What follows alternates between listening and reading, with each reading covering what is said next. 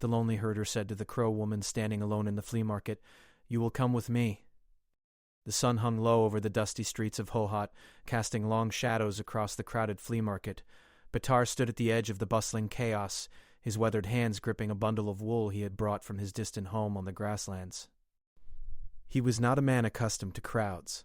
The noise, the haggling voices, the press of bodies, it all felt foreign to him, after months spent alone with only sheep and wind for company.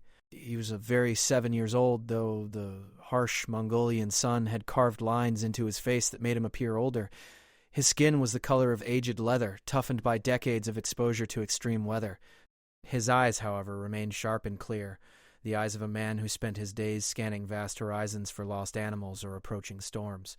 Batar had made this journey to town only because he needed supplies that could not wait. Flour, tea, medicine for his animals, and perhaps a new blade for his knife. The wool he carried would fetch enough money for these necessities and little more. He lived simply, as his father had before him, and his grandfather before that. The herder's life was all he knew, and for many years it had been. But lately the silence had grown heavier. There was a time when his wife Tuya had shared that silence with him, when their son's laughter had filled the yurt during long winter evenings. That time felt like another lifetime now. Tuya had left 7 years ago, taking their boy to Ulaanbaatar where there were schools and opportunities and a life that did not involve endless emptiness. She had asked Batar to come with them, to find work in the city, to give their son a future, but Batar could not imagine himself in such a place. The grasslands were in his blood, in his bones. So Tuya had left, and he had stayed, and the silence had become his only companion. He sold his wool quickly, accepting the first reasonable offer without bothering to negotiate. Batar was not a businessman. He tucked the money into his inner pocket and began walking through the market, checking prices, calculating what he could afford. The market was a maze of temporary stalls and blankets spread on the ground, displaying everything from electronics to vegetables to mysterious herbal remedies. That was when he saw her. She stood completely still in the middle of the flowing crowd, like a rock in a river. People moved around her without seeming to notice her presence. She was clearly not from this region. Her features were different, her clothing unfamiliar. She wore what appeared to be traditional dress, but not Mongolian. The garment was decorated with intricate beadwork and patterns Batar had never seen before. Her skin was darker than the local people, her hair black and long, hanging loose around her shoulders. But it was her eyes that stopped Batar in his tracks. They were empty. Not sad, not angry, just empty, as if she were looking at nothing and everything at the same time. She held no bags, no possessions visible except the clothes on her back. Her hands hung limply at her sides. She did not move, did not blink, did not acknowledge the world around her. Batar found himself walking toward her without making a conscious decision to do so. He moved through the crowd until he stood directly in front of her. Up close he could see that she was perhaps in her early 40s, though exhaustion made her age difficult to determine. Her face was thin, her cheekbones prominent. There were shadows under her eyes that spoke of many sleepless nights. He stood there for a long moment, unsure of what had drawn him to her or what he intended to say. She did not look at him, did not seem to register his presence at all. Batar was not an educated man, but he knew despair when he saw it. He had seen it in the mirror often enough during the first years after Tuya left. "Hello," he said in Mongolian. No response. He tried Mandarin, which he spoke poorly. Still nothing. Then, reaching into the limited vocabulary he had picked up from tourists who occasionally passed through the region, he tried English. "Hello." Her eyes flickered slightly, the first sign of awareness he had seen. Slowly, very slowly, her gaze focused on his face. She looked at him as if from a great distance, as if she were deep underwater and he were standing on the shore above. Batar did not know what made him say what he said next. Perhaps it was recognizing in her the same profound loneliness he carried with him every day. Perhaps it was simply that, in that moment, two lost souls had found each other in the chaos of the world, or perhaps it was something he could never fully explain, even to himself. "You will come with me," he said in his broken English, each word carefully pronounced. It was not a question. It was not quite a command either. It was simply a statement, offered without expectation, spoken into the space between them like a prayer or a promise. The woman stared at him, her lips parted slightly, but no words came out. Batar waited, patient as he was with frightened animals. He had learned long ago that some things could not be rushed. Around them, the market continued its noisy business. Vendors shouted, children laughed, motorcycles puttered past. But in the small circle where they stood, there was only silence and the question hanging in the air. Minutes passed. Batar remained still, his eyes steady on hers, letting her see that he meant no harm. He was not a threatening figure despite his weathered appearance. There was a gentleness about him, a quietness that some people possessed, those who had spent more time with animals and nature than with other humans. Finally, after what felt like an eternity, the woman nodded. It was a small movement, barely perceptible, but Batar saw it. He nodded in return, then gestured for her to follow him. He turned and began walking toward where he had left his motorcycle, not looking back to see if she was coming. He simply trusted that she would. And she did. May, though Batar did not yet know her name, followed the stranger through the market on legs that felt disconnected from her body. It had been standing in that spot for 3 days, frozen by a despair so complete that she had lost the ability to make decisions. She had no money left, no plan, nowhere to go. She had come to Asia months ago, fleeing a life in Montana that had become unbearable after her daughter's death. She had thought perhaps distance would ease the pain, that losing herself in a foreign place might help her find herself again. Instead, she had only become more lost. She had taught English in various cities, moving whenever the memories caught up with her, until finally her savings ran out and her visa expired, and she found herself in this dusty Chinese city with nothing.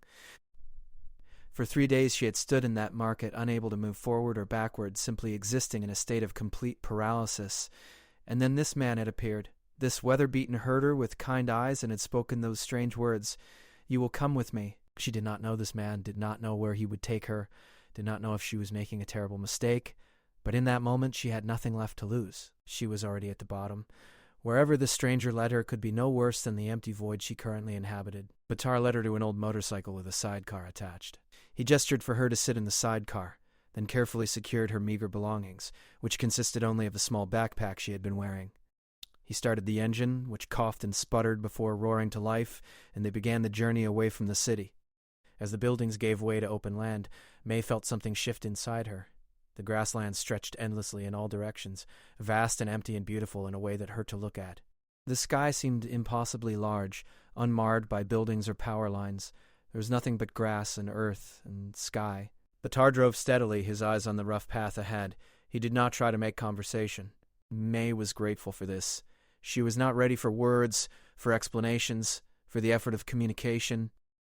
She simply sat in the sidecar and watched the landscape pass by, letting the wind numb her face and the monotonous scenery quiet her mind. They drove for hours.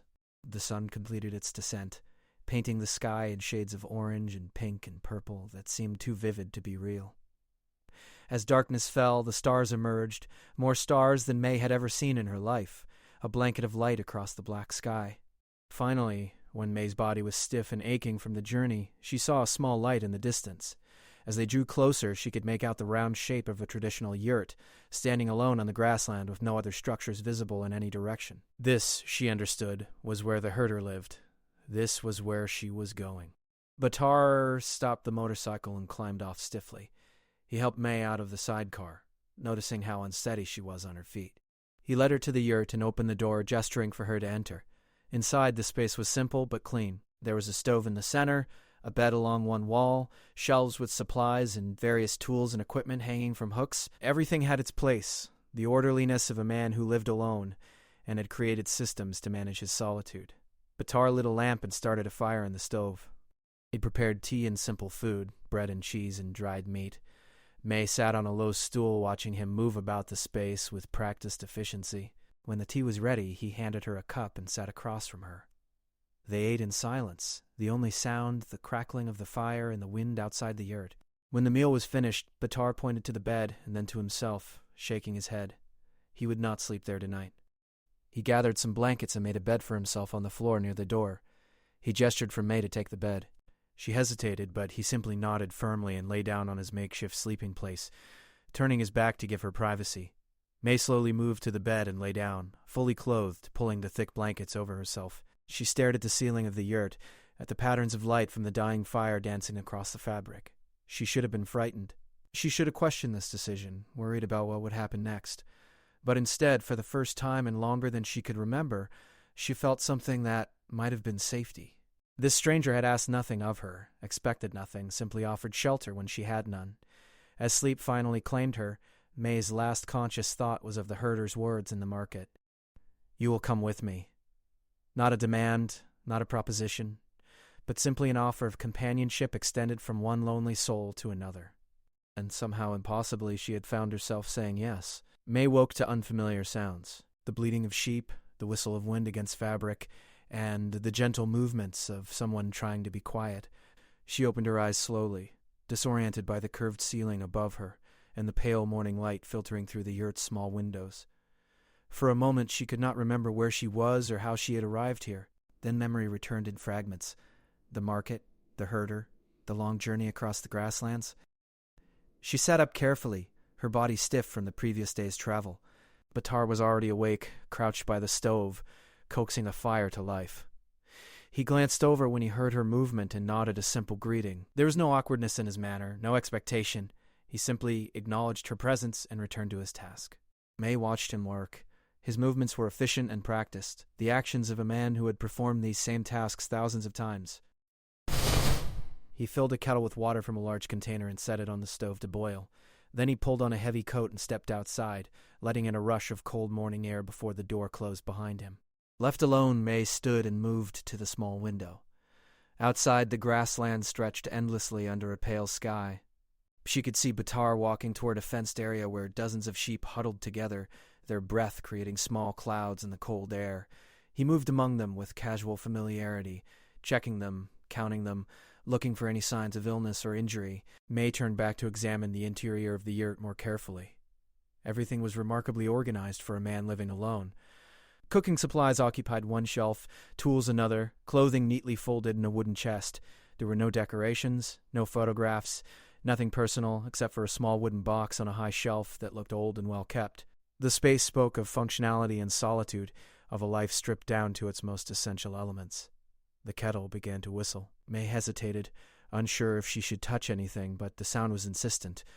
She found 2 cups on the shelf and prepared tea as best she could with the unfamiliar leaves she found in a tin container. By the time Batar returned, stamping snow from his boots at the entrance, the tea was ready. He looked surprised to see the cups prepared, but nodded his approval. They sat together as they had the night before, drinking tea in silence.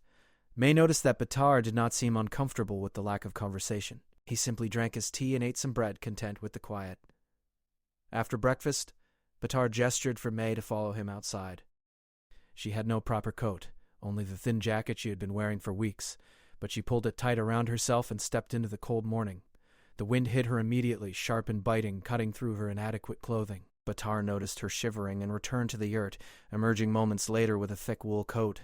It was too large for her, clearly his spare, but it was warm. May pulled it on gratefully. Batar led her on a tour of his small domain. He showed her the sheep pen, the storage area where he kept hay and supplies, the well where he drew water, and the small solar panel that provided minimal electricity to the yurt. He explained things in a mixture of Mongolian, Mandarin, and broken English, using hand gestures when words failed. May understood perhaps half of what he said, but the effort to communicate was clear. The days began to take on a rhythm. Batar would wake before dawn and tend to his animals. May would prepare tea and simple meals using the supplies in the yurt. By watching, by trial and error, by the gentle corrections Batar offered when she made mistakes, he never showed impatience, never criticized. He simply showed her again, more slowly, until she understood. Communication between them was a challenge. Batar's English consisted of perhaps 50 words, most of them nouns. May's Mongolian was non-existent, though she began to pick up basic phrases. They developed their own system of gestures and simple words, a hybrid language that belonged only to them. Batar would point at something and say its name in Mongolian. May would repeat it, often incorrectly, and he would correct her pronunciation with patient repetition. In the evenings, after the work was done and dinner was finished, they would sit by the fire. Sometimes Batar would carve wood, his hands moving with skilled precision as he created simple tools or repaired broken equipment. May would watch, or sometimes she would simply stare into the fire, lost in thoughts she could not yet speak aloud. 1 week passed, then 2. May began to understand the structure of Batar's life. He rose with the sun and worked until darkness fell. His world was governed by the needs of his animals and the demands of the weather. There was no entertainment, no distraction, no escape from the basic realities of survival. Yet there was also a peacefulness to this existence that May had not experienced in years. She started helping with small tasks, collecting eggs from the few chickens Batar kept, sweeping the yurt, mending tears and clothing with needle and thread she found in his supplies. Batar accepted her help without comment, neither praising nor discouraging her efforts. He simply allowed her to find her place in the rhythm of his days. The nights were the hardest. In the silence and darkness, May's thoughts would return to Montana, to her daughter, to the life she had fled. She would lie in the bed that Batar had given her while he slept on the floor, and tears would slide silently down her face. She tried to cry quietly, but sometimes small sounds escaped her. If Batar heard, he never acknowledged it. He simply allowed her the privacy of her grief. 3 weeks into her stay, May finally spoke more than a few words. They were sitting by the fire after dinner, and Batar was teaching her the Mongolian words for different types of weather. He would point at the sky, or gesture at conditions and say the word. May would repeat. "Rain," he said in English, then in Mongolian. May repeated the Mongolian word, mangling the pronunciation. Batar smiled slightly and corrected her. She tried again, better this time. "Snow," he continued. As May repeated this word, something inside her cracked open. Perhaps it was the patience in Batar's teaching, or the simple kindness of being included in his world, or simply that enough time had passed for her to find her voice again. "My name is May," she said in English, her voice rough from disuse. Batar looked at her, understanding the significance of this offering. He nodded slowly. "May," he repeated, getting the pronunciation nearly correct on the first try. Then he pointed to himself. "Batar." "Batar," May said, testing the name on her tongue. They sat in silence for a moment, this exchange of names feeling like a ceremony, a recognition of each other as actual people rather than just two strangers sharing space. Over the following days, they began to speak more. May's Mongolian improved slowly, word by word. Batar practiced his English, though his progress was slower. May learned that he was 47, that he had lived on these grasslands his entire life, that his father had been a herder and his grandfather before that.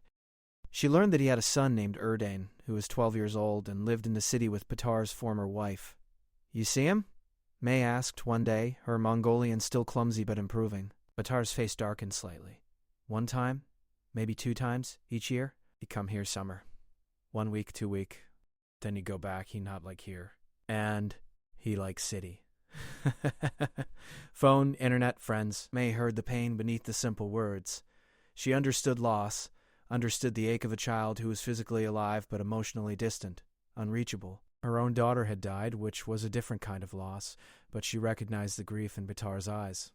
"I had daughter," May said quietly in English, then repeated in halting Mongolian. "Died." Batar looked at her for a long moment.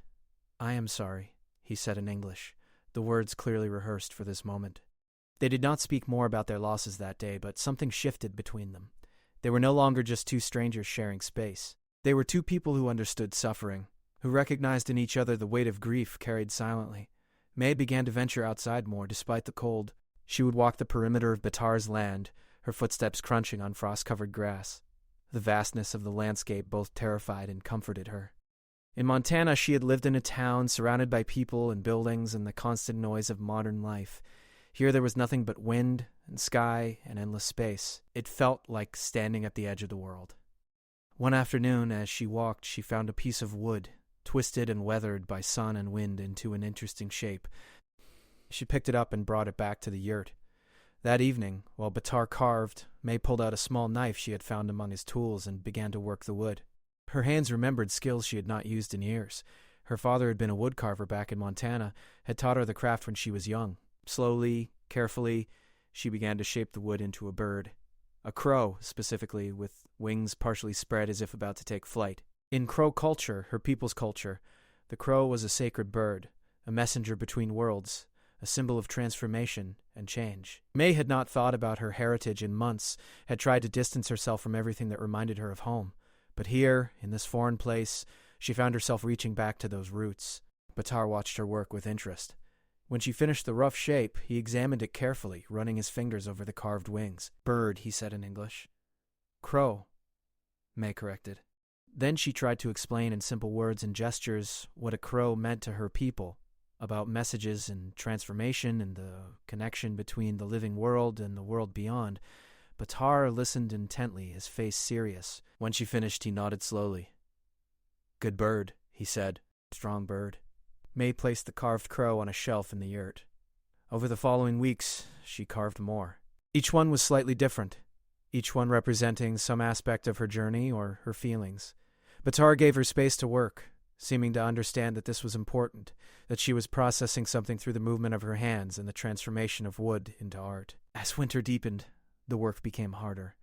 The cold was intense, the wind relentless. May learned to bundle herself in layers of wool and thick felt. She learned to move quickly between tasks to avoid losing body heat. She learned to read the sky as Batar did, to know when a storm was approaching by the quality of the light and the behavior of the animals. She also learned the satisfaction of hard physical work. Each night she fell into bed exhausted, her hands rough and sore, her muscles aching. But it was a clean exhaustion, the kind that came from honest labor rather than emotional turmoil. For the first time since her daughter's death, May slept without nightmares. 2 months after arriving at Batar's yurt, May realized something startling. She had not thought about leaving. When she first came here, she had assumed it was temporary, that she would stay a few days or weeks until she figured out what to do next. But days had turned into weeks, and weeks into months, and she had stopped thinking about next steps or future plans. She simply existed in the present moment, in the daily rhythm of survival and simple companionship. One evening, as they sat by the fire, May attempted to express her gratitude in her improving Mongolian. She thanked Batar for taking her in, for feeding her, for teaching her, for asking nothing in return. Batar listened to her halting words, then shook his head. "You help me too," he said in Mongolian, speaking slowly so she would understand. "House is less lonely. Work is easier with 2 people. You stay as long as you want. You go when you're ready. No debt." May felt tears prick her eyes. In that moment, she understood that Batar had not taken her in out of pity or obligation. Had recognized a kindred spirit, another soul adrift in the world, and had offered companionship without conditions. 2 lonely people, finding unexpected comfort in shared silence and simple work. Spring arrived slowly on the grasslands, creeping in with hesitant warmth after the brutal winter months. The snow melted gradually, revealing patches of brown earth that would soon burst into green life. May stood outside the yurt one morning, feeling the sun on her face with an intensity she had almost forgotten was possible. The warmth felt like a promise, like the world was waking up after a long sleep. She had been living with Batar for nearly 4 months now. The woman who had stood paralyzed in that flea market felt like a distant memory, someone else entirely. May's hands were calloused now, her skin weathered by wind and sun. She had learned to milk the sheep, a task that had seemed impossible at first but now felt natural. Her fingers knew exactly how to coax the milk from the animals, how to calm them with soft sounds and gentle touches. Batar had been right when he said the work was easier with 2 people. What had once taken him all day now took only half the time with May helping.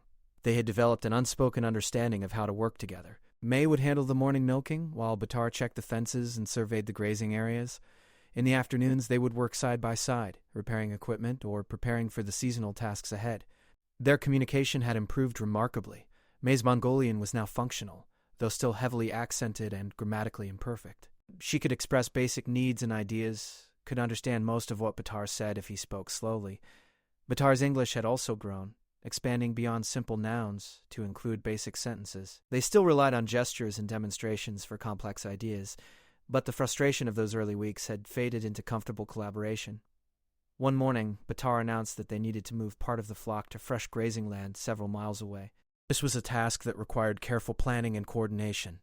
May had never herded sheep across open land before, but Batar assured her she was ready. He showed her how to use the long stick he carried, not to strike the animals, but to guide them, to create gentle pressure that would move them in the desired direction. They set out just after dawn, the sheep flowing around them like a woolly river. May felt her heart racing with nervous excitement. The animals were surprisingly cooperative, following the leaders of the flock while Batar and May walked on either side, keeping stragglers from wandering off. The morning sun climbed higher as they moved across the grassland, and May found herself falling into the rhythm of the work, her body understanding what her mind was still processing. Halfway to their destination, one of the younger sheep broke away from the group, panicked by something May could not identify. Without thinking, May ran after it, calling out in Mongolian the soothing sounds she had heard Batar use countless times. The sheep zigzagged across the grass, and May followed, her legs pumping, her breath coming hard. Finally, she managed to get ahead of the animal and turn it back toward the flock. When she rejoined Batar, she was breathing heavily but smiling. Batar looked at her with something that might have been approval. "Good," he said simply. "You learn fast." That single word of praise warmed May more than she expected. She realized how much Batar's opinion had come to matter to her, how his quiet presence had become something she relied upon without even noticing. As the weather continued to warm, the grassland transformed. Wildflowers appeared in impossible profusion, painting the landscape in yellows and purples and reds. May had never seen anything like it. The sheer abundance of life emerging from the earth felt miraculous after the dead white of winter. She began taking walks in the evenings after the work was done, exploring the land around Batar's yurt, discovering the small details of this ecosystem. She found bird nests tucked into clumps of grass, watched ground squirrels dart between their burrows, identified different types of flowers and plants. Batar noticed her interest and began teaching her which plants were useful. This one could be made into tea for stomach problems. That one was good for cleaning wounds. Another was edible and quite nutritious when cooked properly. May absorbed this knowledge eagerly, understanding that she was learning skills humans had known for thousands of years, practical wisdom passed down through generations. Her wood carving continued as well. The shelf in the yurt now held a small flock of carved crows, each one unique. She had also begun carving other animals: sheep, horses, the small ground squirrels she observed on her walks. Batar had given her better tools, had shown her techniques for creating finer details. Sometimes they would carve together in the evenings, working side by side in companionable silence, the only sounds the scrape of knife against wood and the crackling of the fire. One evening, May attempted to carve a human figure for the first time. She worked slowly, carefully, trying to capture the posture and bearing of a small child. As the figure took shape, she realized she was carving her daughter, Emma. Her hands trembled slightly as she worked on the face, trying to remember exactly how Emma's features had looked, fighting against the way memory blurred and faded with time. Batar noticed her emotional state but said nothing. He simply moved closer, so his shoulder was almost touching hers, a silent offer of support. May appreciated that he did not ask questions, did not force her to explain. He simply sat with her in her grief, his presence a quiet anchor. When the carving was finished, May held it in her hands for a long time, tears sliding down her face. Then she placed it carefully on the shelf with the crows. It felt important to have Emma here, in this place that had become her refuge. It felt like bringing her daughter into this new chapter of her life, acknowledging that the past and present could coexist. "Your daughter?" Batar asked softly in Mongolian. May nodded. "Emma. She was 7 when she died. Illness. Very fast." Batar reached up to the high shelf May had noticed on her first day in the yurt and took down the old wooden box. He opened it carefully and removed a photograph, faded and worn from being handled many times. It showed a young boy, perhaps 5 years old, smiling at the camera. Behind him stood Batar, looking younger and less weathered, and a woman who must have been his wife. "Erdine," Batar said, pointing to the boy. "My son. This picture is 7 years old. Now he is 12. He not look like this anymore. He grow tall. But this is how I remember him." May understood immediately. This photograph captured a moment before everything changed, before Tuya left, before Batar's family fractured, just as her carving captured Emma before illness took her away. They sat together looking at the photograph and the carving, two parents mourning different kinds of loss. The silence between them was heavy but not uncomfortable. It was the silence of shared understanding, of knowing that some pain could not be fixed or explained, only endured. As spring progressed, Batar began preparing for the arrival of traders who had come to buy wool and meat. This was one of the few times each year when he had contact with the outside world beyond his occasional trips to town. He explained to May that these traders were fair and honest, that he had dealt with them for many years. May felt anxiety rising at the thought of strangers arriving. She had grown so accustomed to the isolation, to the simple existence of just herself and Batar and the animals. The idea of other people, of having to explain her presence here, filled her with dread. Batar seemed to sense her worry. "You do not have to talk to them," he assured her in Mongolian. "You can stay in yurt if you want, or you can help me. Your choice. They will not ask questions. They mind their own business." When the traders arrived 3 days later, May chose to stay outside but remained quiet, letting Batar handle all the negotiations. The traders were 2 brothers, middle-aged men with weathered faces and practical demeanors. They examined Batar's wool with experienced hands, discussed prices in rapid Mongolian that May could barely follow, and loaded their purchases onto a truck without wasting time or energy on small talk. They did glance at May with curiosity, but true to Batar's word, they asked no questions. They simply nodded politely at her and went about their business. The entire transaction took less than 2 hours, and then they were gone, leaving behind payment and a cloud of dust from their departing vehicle. After they left, May felt an enormous sense of relief. She had worried that their arrival would somehow break the spell of her life here, would force her back into the real world with all its complications. Instead, they had come and gone like a brief interruption, leaving everything essentially unchanged. Batar counted the money they had paid him and divided it into several portions. He handed one portion to May. She looked at it in surprise. "For your work," he said firmly. "You help with sheep all winter, all spring. You earn this." May tried to refuse, but Batar would not hear of it. "You work, you get paid," he insisted. "This is fair." May accepted the money with a lump in her throat. It was not about the amount, which was modest. It was about what it represented. Batar treating her as a partner, as someone valuable, as someone who contributed rather than someone who was merely being helped out of charity. With some of his earnings, Batar made a trip to town and returned with supplies, including proper work clothes for May. He had somehow managed to estimate her size correctly, bringing back sturdy pants, thick shirts, a good coat, and boots that actually fit her feet. May had been making do with his spare clothes, which were far too large, and the improvement in comfort was immediate and significant. "Now you look like real herder," Batar said, with a rare smile. May looked down at herself in the new clothes and laughed. He was right. She did look like a herder. More than that, she felt like one. The transformation that had begun in that flea market was now visible on the outside as well as the inside. As summer approached, the work shifted again. There was shearing to be done, a massive task that left both of them exhausted each day. May's arms ached from the repetitive motions, but she pushed through, determined to pull her weight. Batar taught her the technique, showed her how to hold the sheep to minimize stress on the animal while getting a clean shear. They worked from dawn until dusk during shearing season, breaking only for quick meals and brief rests. In the evenings, they were too tired for carving or long conversations. They would eat, drink tea, and fall into their respective beds, muscles screaming from the day's labor. But there was satisfaction in it too.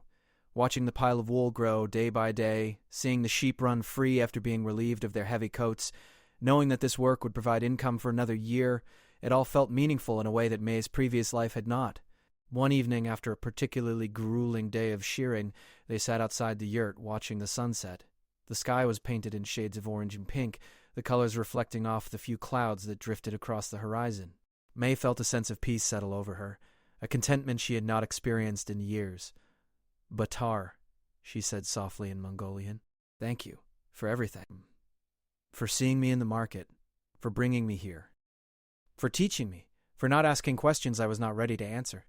Batar was quiet for a long moment. When he spoke, his voice was thoughtful. "When Tuya left, I was very angry. Angry at her, angry at myself, angry at the world. I think if you had been angry woman in market, I would not have seen you. But you were not angry. You were just lost. Like me. Sometimes lost people can help each other find way." May considered his words. He was right. They had both been lost in their own ways. Batar had lost his family, his sense of purpose beyond mere survival. May had lost everything, her daughter, her home, her will to continue. And somehow, in finding each other, they had each found something they needed. "I did not know what I was looking for," May said slowly, working through the Mongolian words carefully. "When I left America, I thought I was running away. But maybe I was running toward something. Maybe I was running toward this place, toward this life, toward you." Batar looked at her, and in his eyes May saw understanding and something else, something deeper that neither of them was quite ready to name. The first signs of approaching winter came earlier than expected. Batar noticed the changes before May did, the way the animals behaved, the quality of light in the afternoon sky, the smell of the wind shifting from the north. He began preparing with increased urgency, checking and rechecking their supplies, reinforcing the yurt's structure, ensuring they had enough fuel and food stored away. May watched his preparations with growing concern. She had lived through one winter here already, but that had been during the milder months. Batar explained in simple Mongolian that this winter would be different, harsher. The old-timers in town had predicted it based on signs May did not yet understand. The thickness of animal fur, the migration patterns of birds, the behavior of insects. They worked together with renewed intensity, gathering dried dung for fuel, stacking it carefully in the storage area. May helped repair weak spots in the sheep pen, reinforcing posts that might not withstand heavy snow and strong winds. They checked every seam of the yurt, every rope and stake, ensuring everything was secure. One afternoon, while organizing supplies inside the yurt, May found herself coughing. At first, she thought it was just dust irritating her throat. But the cough persisted, becoming deeper and more frequent as the day wore on. By evening, she felt a heaviness in her chest that worried her. Batar noticed immediately. "You are sick?" he asked, his face creasing with concern. May tried to downplay it. "Just a small cough. I am fine." But she was not fine. Over the next 2 days, the cough worsened. Her chest felt tight, as if someone were sitting on it. Breathing became difficult, each breath requiring conscious effort. She tried to continue working, not wanting to burden Batar, but her body refused to cooperate. Simple tasks left her exhausted and gasping. Batar made her rest, bringing her tea with herbs he said would help with breathing. May drank obediently, but the tea made little difference. On the 3rd day, she developed a fever. She could feel the heat radiating from her own skin, could feel the ache settling deep into her bones. Batar's worry was evident now. He checked on her constantly, feeling her forehead, watching her breathing. That evening, he made a decision. "Tomorrow, I take you to clinic in town. This is serious." But tomorrow never came, not in the way they planned. That night, the storm Batar had been anticipating arrived with devastating force. May woke to the sound of winds screaming around the yurt, the entire structure shaking from the onslaught. Snow fell so thickly that when Batar opened the door to check the animals, he could not see more than a few feet in any direction. The storm raged for 3 days without stopping. The world outside became a white chaos, snow piling higher and higher, wind creating drifts that buried everything. Inside the yurt, Batar kept the fire burning constantly, melting snow for water, rationing their food supplies carefully. May's condition deteriorated rapidly. The fever climbed higher, and with it came delirium. She drifted in and out of consciousness, sometimes aware of Batar's presence beside her, sometimes lost in fevered dreams that made no sense. In her delirium, she called out for Emma, reaching for a daughter who was not there. She spoke in English, in fragmented Crow language she had not used since childhood, in confused mixtures of words that had no meaning. Batar stayed by her side, wiping her forehead with cool cloths, forcing water and tea between her cracked lips, covering her with every blanket he owned when she shivered uncontrollably. He barely slept, afraid that if he closed his eyes for too long, she might slip away from him. On the 4th day, when the storm finally began to weaken, May's fever broke. She opened her eyes to find Batar slumped in a chair beside her bed, his face gray with exhaustion. The yurt was dim, the fire burning low. She could see the toll the past days had taken on him, the dark circles under his eyes, the lines of worry etched deeply into his face. "Batar," she whispered, her voice barely audible. He jerked awake immediately, leaning forward to hear her better. "May, you are awake? How do you feel?" "Terrible," she admitted honestly, "but better than before, I think." Relief flooded Batar's face.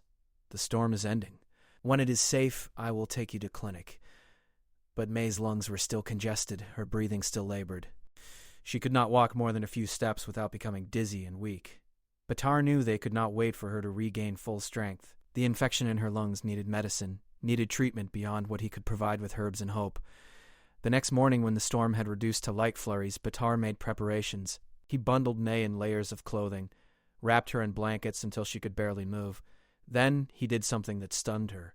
He lifted her onto his back, securing her there with ropes that distributed her weight across his shoulders and chest. "Too far to walk," he said, simply. "I carry you." May protested weakly, but Batar was already moving. He stepped out into a world transformed by snow. Everything was buried, the familiar landmarks hidden under feet of white. The temperature was brutally cold, the kind of cold that turned breath to ice and made exposed skin burn. Batar began walking. Each step was a battle, his boots sinking deep into snow, his legs having to lift high to clear the drifts. May could feel the strain in his body, could hear his breathing becoming labored. She tried to make herself lighter somehow, though she knew it was impossible. "Batar, please," she said against his ear. "This is too much. Put me down." "Rest." "No," he said firmly. "We keep going." The journey was supposed to take 3 hours by motorcycle in good weather. On foot, through waist-deep snow, carrying another person, it took Batar more than 8 hours. May faded in and out of awareness during the trek, sometimes conscious of the rhythmic movement of Batar's steps, sometimes lost in feverish confusion. She was aware of Batar stopping several times, not to rest but to adjust the ropes, to shift her weight when his shoulders could no longer bear it. She was aware of him talking to her, telling her stories about his childhood, about his father teaching him to herd sheep, about the first time he saw the ocean when he was a young man. His voice kept her anchored to consciousness, kept her from drifting away entirely. When they finally reached the small clinic on the outskirts of town, Batar was barely able to stand. He stumbled through the door, May still strapped to his back, and collapsed to his knees. The clinic staff rushed forward, shocked by the sight of this frost-covered man carrying an unconscious woman. They took May immediately, laying her on a bed, beginning treatment while other staff members attended to Batar. He had frostbite on his fingers and ears, exhaustion so complete that he could barely form words, but he refused to rest until he knew May's condition. The doctor, a young woman who had recently been assigned to this remote clinic, examined May thoroughly. Pneumonia, she confirmed, quite severe, but they had caught it in time. With antibiotics and proper care, May would recover. The doctor looked at Batar with undisguised amazement. "You carried her through that storm?" she asked in Mongolian. 8, 9 hours through snow like that? Batar nodded, too tired to speak. "You saved her life," the doctor said quietly. "A few more days without treatment, and—" She did not need to finish the sentence. May remained in the clinic for 5 days. The antibiotics worked quickly, clearing the infection from her lungs. Her strength returned gradually, though the ordeal had left her weak and shaken. Batar stayed in town, sleeping in a cheap room nearby, visiting her every day. During one of these visits, when May was finally feeling well enough to talk properly, she looked at him with tears in her eyes. "You could have died, carrying me like that, in that cold. Why did you do it?" Batar was quiet for a long moment. When he spoke, his words were simple but carried the weight of deep truth. "When I saw you in market, standing alone, I saw myself alone. I think maybe I did not save you. Maybe we saved each other. You give my life meaning again. Not just work, not just surviving, living. I could not let you die." May reached out and took his hand, rough and calloused and still bandaged from frostbite. "In my culture," she said slowly in Mongolian, "we believe that some people come into our lives for a reason, that nothing is accident. I think you were meant to find me. I think I was meant to be here." Batar squeezed her hand gently. "I think same." During her recovery in the clinic, May had time to think deeply about her life and her choices. She thought about that day in the market, about the despair that had paralyzed her, about how close she had come to giving up entirely. She thought about Batar's simple statement, "You will come with me," and how those words had changed everything. She also thought about Emma, about Montana, about the life she had left behind. The pain of losing her daughter would never disappear entirely. May understood that now. But here, in this remote place with this quiet man who had asked nothing of her except her presence, she had found a way to live with that pain instead of being destroyed by it. One afternoon, a nurse brought May a letter that had been forwarded through several addresses before finally reaching her. It was from her sister Sarah, back in Montana. May stared at the envelope for a long time before opening it.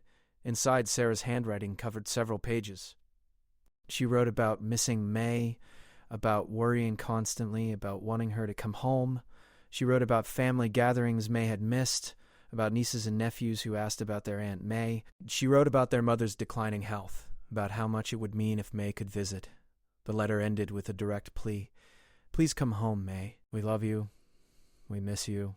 Whatever you're running from, we can face it together. There's help here, support, people who care about you. You don't have to be alone." May folded the letter carefully and placed it on the small table beside her bed. Sarah meant well, May knew. Her sister loved her and wanted to help. But Sarah did not understand that May was not running anymore. She was not alone. She had found something unexpected in this foreign land, a sense of purpose, a rhythm to her days, a companion who understood her without needing constant explanations. That evening, when Batar visited, May showed him the letter. "I read it slowly, his English good enough now to understand the basic content. When he finished, he handed it back to her without comment. "My sister wants me to come home to America," May said quietly. Batar nodded. "I understand. Family is important. What do you think I should do?" Batar looked at her steadily. "I think you must do what your heart tells you. I brought you from market because you looked lost. Now you are not lost anymore. You have found yourself again. If that self belongs in America with family, then you should go. If that self belongs somewhere else, then you should stay. I cannot tell you answer. Only you know. May appreciated his honesty, his refusal to manipulate or pressure her. It would have been easy for him to ask her to stay, to remind her of all they had built together. Instead, he gave her complete freedom to choose. "I need time to think," May said. "Take time you need," Batar replied. "I will be here." On her last day in the clinic, May sat by the window watching snow fall gently outside. The storm that had nearly killed her had passed, replaced by this peaceful, quiet snowfall. She thought about storms, both literal and metaphorical, and how they changed landscapes, destroyed old structures, made way for new growth. She thought about Batar carrying her through the blizzard, refusing to let her die, fighting through exhaustion and cold to save her life, not because she was his responsibility, not because he owed her anything, but because somewhere along the way she had become important to him, and he had become important to her.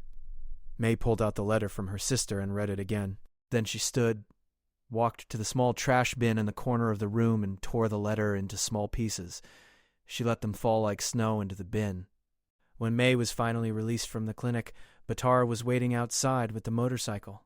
The journey back to the yurt was quiet, both of them wrapped in their own thoughts. The landscape had transformed during her time away. Winter had fully established its dominion over the grasslands. Everything was white and still, beautiful in its darkness. As they approached the yurt, May felt something unexpected, a sense of homecoming. This small structure standing alone against the vast emptiness was not just shelter anymore. It was home. The realization settled into her chest with a warmth that had nothing to do with the thick coat she wore. Batar helped her inside, and May looked around at the familiar space with new eyes. The shelf still held her carved crows and the figure of Emma. The fire pit waited to be lit. Everything was exactly as she remembered, yet somehow different because she was different.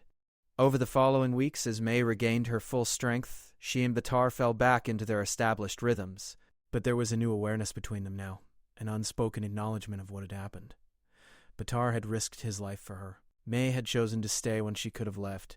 These facts hung in the air between them, changing the nature of their relationship in subtle but significant ways. Spring arrived with its usual dramatic transformation. The snow melted, revealing earth that seemed eager to burst with life. May worked alongside Batar with renewed energy, grateful for her recovered health, grateful to be alive to see another spring on these grasslands. One morning in early April, May woke to find Batar already up and unusually energetic. He was cleaning the yurt with more thoroughness than normal, organizing things, making everything neat. "What is happening?" May asked in Mongolian, now fluent enough to express herself clearly. "My son comes today," Batar said, and May could hear both excitement and nervousness in his voice. "Erdine." "He comes for spring visit." May felt her own nervousness rise. She had heard about Erdine, had seen his photograph, but the idea of meeting him felt significant and slightly frightening. What would this 12-year-old boy think of finding a foreign woman living in his father's home? Erdine arrived in the afternoon, driven by his mother, who did not get out of the car. May watched from the yurt window as Batar greeted his son. The boy was tall for his age, already approaching his father's height, with the awkward limbs of adolescence. He wore city clothes, jeans, a branded jacket, expensive sneakers that seemed absurdly impractical for the grasslands. Father and son embraced briefly, and May could see the stiffness in their interaction, the formality of people who loved each other but had become strangers. As they walked toward the yurt, May took a deep breath and prepared herself. Tar entered first, Erdine following. The boy stopped short when he saw May, surprise clear on his face. "Erdine," Batar said in Mongolian. "This is May. She lives here now. She helps with the sheep and the work." Erdine stared at May with open curiosity. "Hello," he said in English, clearly wanting to practice the language he was learning in school. "Hello, Erdine," May replied, also in English. "Your father has told me much about you." The boy looked between his father and May, clearly trying to understand this unexpected situation. "You are American?" he asked. "Yes, I am from Montana. Why are you here?" The question was direct, without malice, simply the honest curiosity of a child. May glanced at Batar, who nodded slightly, giving her permission to answer however she felt comfortable. "I was lost," May said simply. "Your father found me and helped me. Now I help him." Erdine seemed to accept this explanation. He dropped his backpack on the floor and looked around the yurt. "Everything is same," he said, though May could not tell if this pleased or disappointed him. The first day of Erdine's visit was awkward. The boy was clearly more comfortable with technology than with sheep. He spent much of his time on his phone when he had signal, playing games or messaging friends back in the city. But Batar was patient, gently encouraging his son to participate in the daily work. May tried to give them space, understanding that Batar treasured this limited time with his son. But the yurt was small, and privacy was difficult. She found herself observing their interactions, seeing the love beneath the awkwardness, the longing in Batar's eyes when he looked at Erden. On the second day, May was working on a new carving when Erden approached her.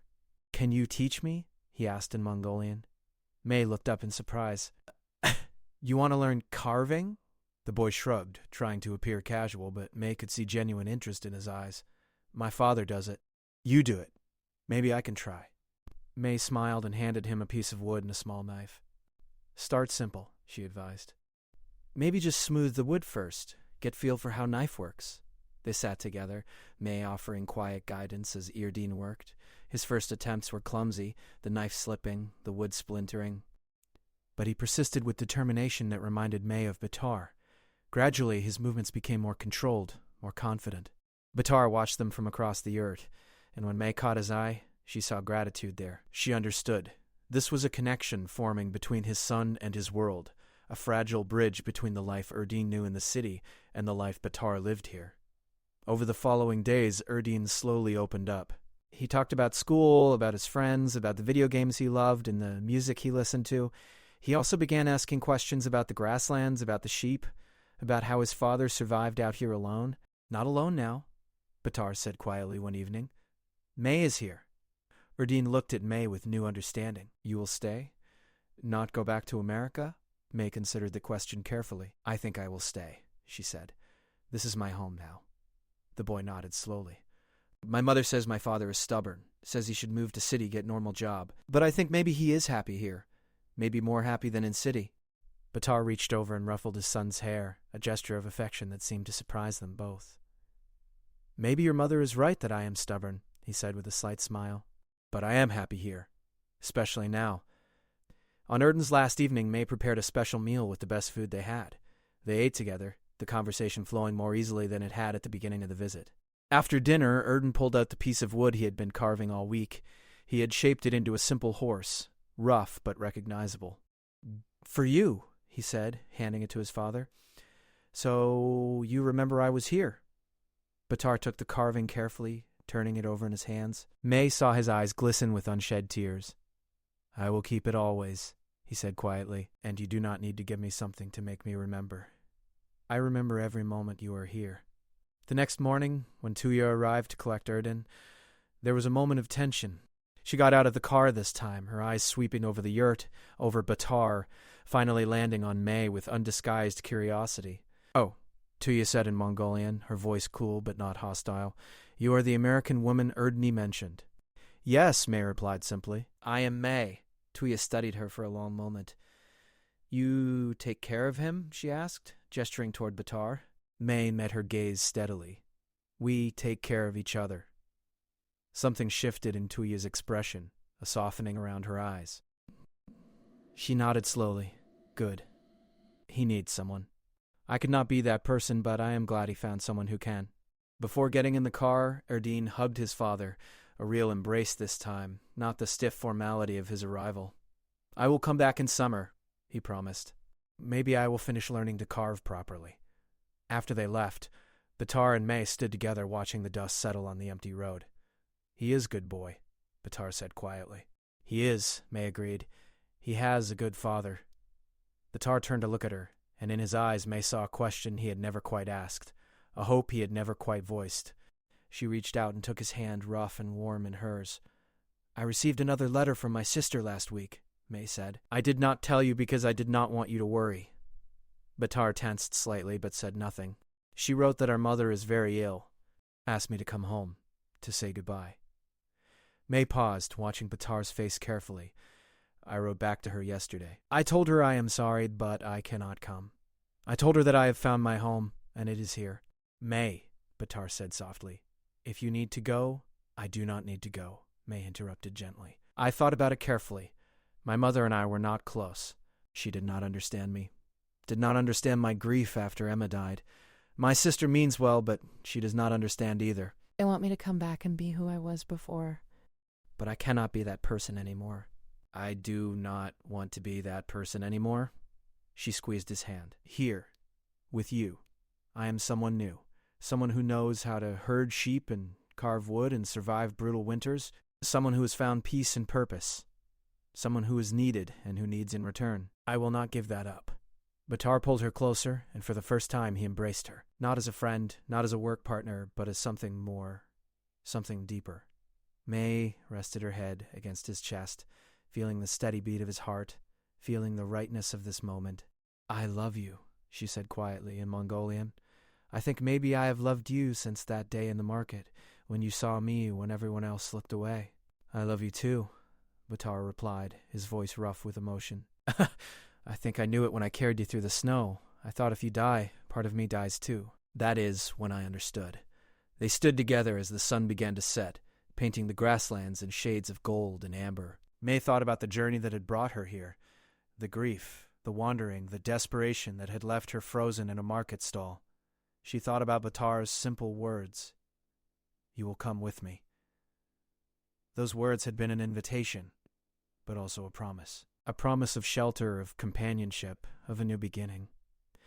And May had said yes, not knowing where it would lead, knowing only that she had nothing left to lose. Now, standing here with Batar's arms around her, watching the sun set over the endless grasslands, May understood that she had gained everything. She had found home not in a place, but in a person. She had found peace, not by forgetting her past, but by accepting it and building something new alongside it. She looked up at the highest hill near the yurt, the one she had climbed so many times during her first months here, searching for answers. Tomorrow, she decided, she would climb it again. But this time, she would not be searching. She would be celebrating. She would climb that hill and look out over the grasslands that had become her home. She would think about the crow, the symbol of transformation from her people's culture, the crow that carried messages between worlds, that represented change and adaptation and survival. May had transformed. The woman who had stood paralyzed in the market no longer existed. In her place was someone stronger, someone who had learned that home was not about geography or blood relations. Home was about belonging, about being seen, about finding someone who said, "Come with me," and meant it not just for a day or a week, but for a lifetime. As darkness fell and stars began to appear in the vast sky above, Batar and May walked back to the yurt hand in hand. Inside, the fire was waiting to be lit. The shelves held their carvings, and the simple space that had witnessed their transformation from strangers to family awaited them. May paused at the door and looked back one last time at the darkening grasslands. "Thank you," she whispered to the wind, to the land, to whatever force had guided her to that market on that particular day. "Thank you for bringing me home." Then she stepped inside with Batar, closing the door behind them, ready to face whatever the future would bring. Together, they had survived winter storms and illness, loneliness and loss. Together, they had built something precious and rare, a connection that transcended language and culture and circumstance. Two souls who had found belonging not in their birthplaces, but in the unexpected kindness of a stranger who simply said, "You will come with me." And in saying yes, in taking that leap of faith, May had discovered that sometimes the end of one journey was simply the beginning of another, better one.